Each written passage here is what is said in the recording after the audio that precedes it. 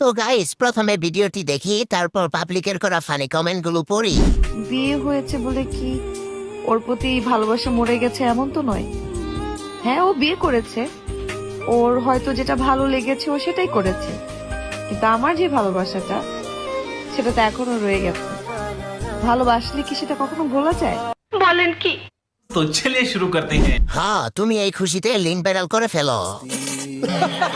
বললাই মধু খেয়া চলে গেছে। আপনার বয়ফ্রেন্ড তো বর্তমানে জেলখানায়। যাও এখন জেলখানায় গিয়ে ভালোবাসার বহিঃপ্রকাশ ঘটাও, সেও তো ওইখানে। ভালোবাসলে বলা যায় না, বরিশালে ঠিক হয়ে যায়। চাষ করবে একজনে আর খাইবো আরেকজনে। এত বড় অভিনেত্রীও ছেঁকা খেয়ে গেল। নাটকের অভিনয় বাদ দিয়ে বিয়ে করে ফেলেন। এখন এটা আর ভালোবাসা হবে না, এটা পরকীয়া হবে। তো গাইস, প্রথমে ভিডিওটি দেখি, তারপর পাবলিকের করা ফানি কমেন্ট গুলো পড়ি। বিয়ে হয়েছে বলে কি ওর প্রতি ভালোবাসা মরে গেছে এমন তো নয়। হ্যাঁ, ও বিয়ে করেছে, ওর হয়তো যেটা ভালো লেগেছে ও সেটাই করেছে, কিন্তু আমার যে ভালোবাসাটা সেটা তো এখনো রয়ে গেছে। ভালোবাসলে কি সেটা কখনো ভোলা যায়? বলেন কি? तो चलिए शुरू करते हैं। হ্যাঁ, তুমি এই খুশিতে লিঙ্ক ভাইরাল করে ফেলো। বললাই মধু খেয়া চলে গেছে।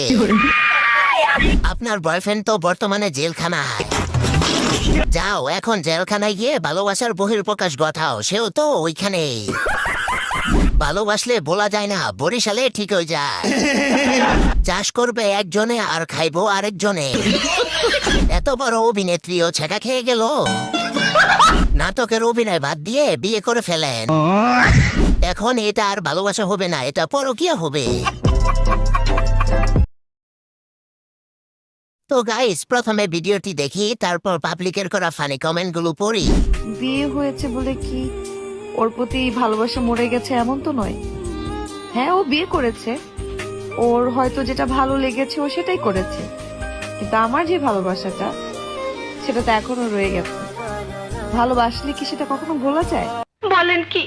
तो चलिए शुरू करते हैं। হ্যাঁ, তুমি এই খুশিতে লিঙ্ক ভাইরাল করে ফেলো। বললাই মধু খেয়া চলে গেছে। আপনার বয়ফ্রেন্ড তো বর্তমানে জেলখানায়। যাও এখন জেলখানায় গিয়ে ভালোবাসার বহিঃপ্রকাশ ঘটাও, সেও তো ওইখানে। ভালোবাসলে বলা যায় না, বরিশালে ঠিক হয়ে যায়। চাষ করবে একজনে আর খাইবো আরেকজনে। এত বড় অভিনেত্রীও ছেঁকা খেয়ে গেল। নাটকের অভিনয় বাদ দিয়ে বিয়ে করে ফেলেন। এখন এটা আর ভালোবাসা হবে